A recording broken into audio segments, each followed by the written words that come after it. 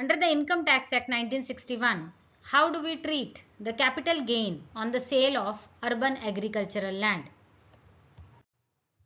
See, the agricultural land can be rural agricultural land and urban agricultural land. Urban agricultural land is considered capital asset.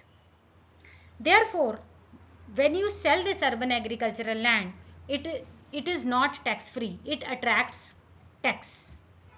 This rural agricultural land, it is not considered capital asset. So whenever you sell it, there is no tax. It will not attract any tax liability. The concern for tax goes to urban agricultural land, which is considered capital asset.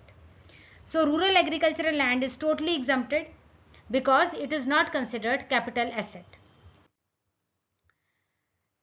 Agricultural land in rural area, it is not a capital asset. I just told you under section 45. So any gain from the sale of this rural agricultural land, it will not be taxable under the head capital gain. But there is one exception. If you are that land, you have stock in trade, if you are in the business of buying and selling rural agricultural land, this is your livelihood, that you are buying rural agricultural land and then you are selling it. In that case, it is chargeable to tax. In that case, it is considered your business income. If you are dealing in the trading of rural agricultural land, then you have to pay the tax when you sell rural agricultural land. But otherwise, if you are using that rural agricultural land for your own purpose, for your self purpose, then it is not taxable. Now, what are the conditions for the agricultural land to be rural agricultural land? Every person will try to prove that my land is rural so that he can avoid tax. But Income Tax Act, there are certain conditions to fulfill for the rural agricultural land. If the population of your town or your place is up to 10,000, then the land which is situated immediately outside the municipal limit will be considered rural. If that the population of that place varies between 10,000 and up to 1 lakh, then the land which is situated outside 2 km where municipal limit ends is considered rural. So the first condition is that the population has to be between 10,000 and 1 lakh, and then you leave 2 kilometers. You leave 2 kilometers, then the land outside that 2 kilometers, it will be considered rural. Third point is, if the population is between 1 lakh and 10 lakh, then where the municipal limit ends, leave another patch of 6 km. Beyond 6 km, the land is rural. And if the population of your place is more than 10 lakhs, then where the municipal limit ends, leave the patch of 8 km. Beyond 8 km, the land is rural. And the agricultural land which is not rural is considered urban. So these are the conditions for rural and urban agricultural land. Now the question is, how will you save this capital gain tax on the sale of urban agricultural land? Now, you are selling your urban agricultural land, it will definitely attract tax liability. How will you save this tax? This is the question. According to section 44B, if you sell agricultural land and you make further investment, then you are eligible for deduction. This deduction is available to individuals and HUF, Hindu Undivided Family. This deduction is available on long-term and short-term capital gain both. Now, the land which you are selling has to be used by that individual or your parents for agricultural purpose for at least 2 years prior to the date of transfer. When you are selling that land, the time period of 2 years before the selling, those 2 years the land should be put to use for agricultural purpose for self-use, either for the individual assessee or for his parents. This is the condition. Now I told you that you have to make some investment. What investment have you to make? The assessee has to purchase another agricultural land. When you sell one urban agricultural land, you will get some money. With that money you have to purchase another agricultural land within a period of 2 years from the date of selling. Okay.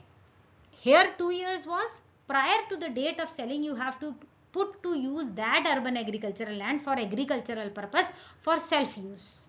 This point says that when you sell your land, within 2 years you have to buy another agricultural land with the same money.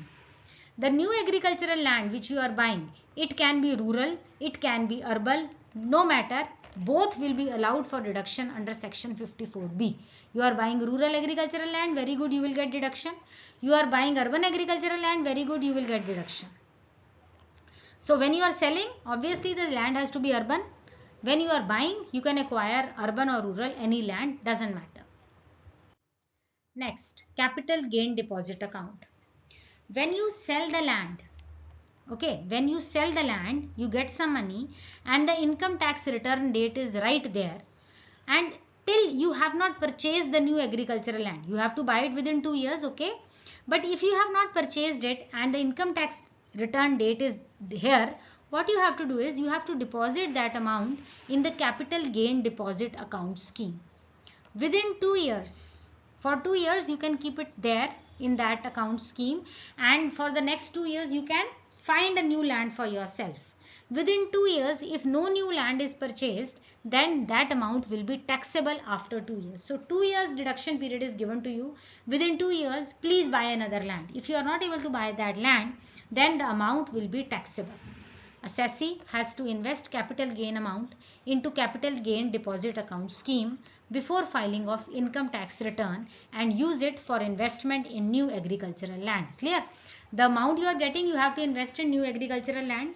If it is not invested in new agricultural land, then the deduction under section 54B is reversed on the expiry of 2 years. So you have the grace period of 2 years. For that 2 years, you can keep the said amount in the capital gain deposit account scheme, and then within 2 years please buy another agricultural land if you want to avail this deduction.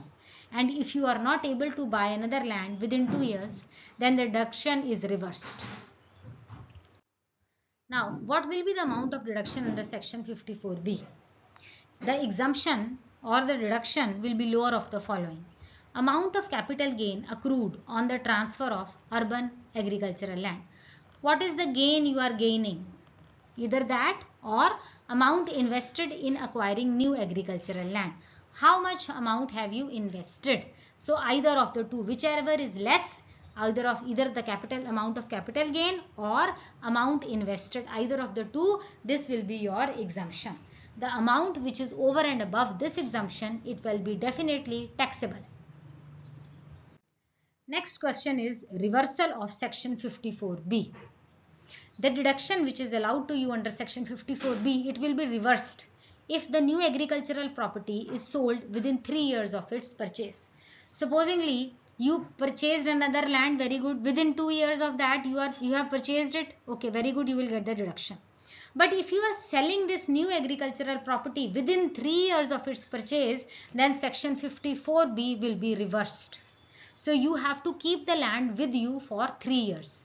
If it is sold after 3 years, then the deduction is not reversed. The provision for reversal is same as deduction given under section 54. So here we come to the end of the article. I hope I have made the things very clear to you. In case you have any doubts, please feel free to ask me in the comment section. You want to give me any suggestion, please feel free to write it in the comment section. Thank you for watching. Please like, share and subscribe my channel. Stay safe, stay blessed.